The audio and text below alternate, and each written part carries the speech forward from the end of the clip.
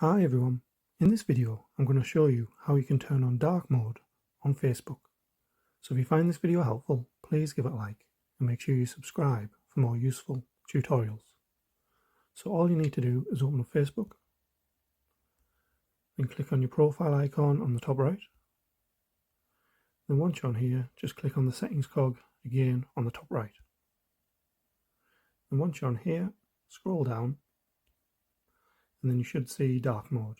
So you just want to tap on there. And this will give you three options. So obviously you can just turn it on by itself. So no matter what happens when you come in here, it'll be on dark mode. Or you can also select use system settings, which just means we'll adjust your appearance based on your device's system settings. So obviously it just depends which one you prefer on there. So that's how you can turn on dark mode on Facebook. Thanks for watching.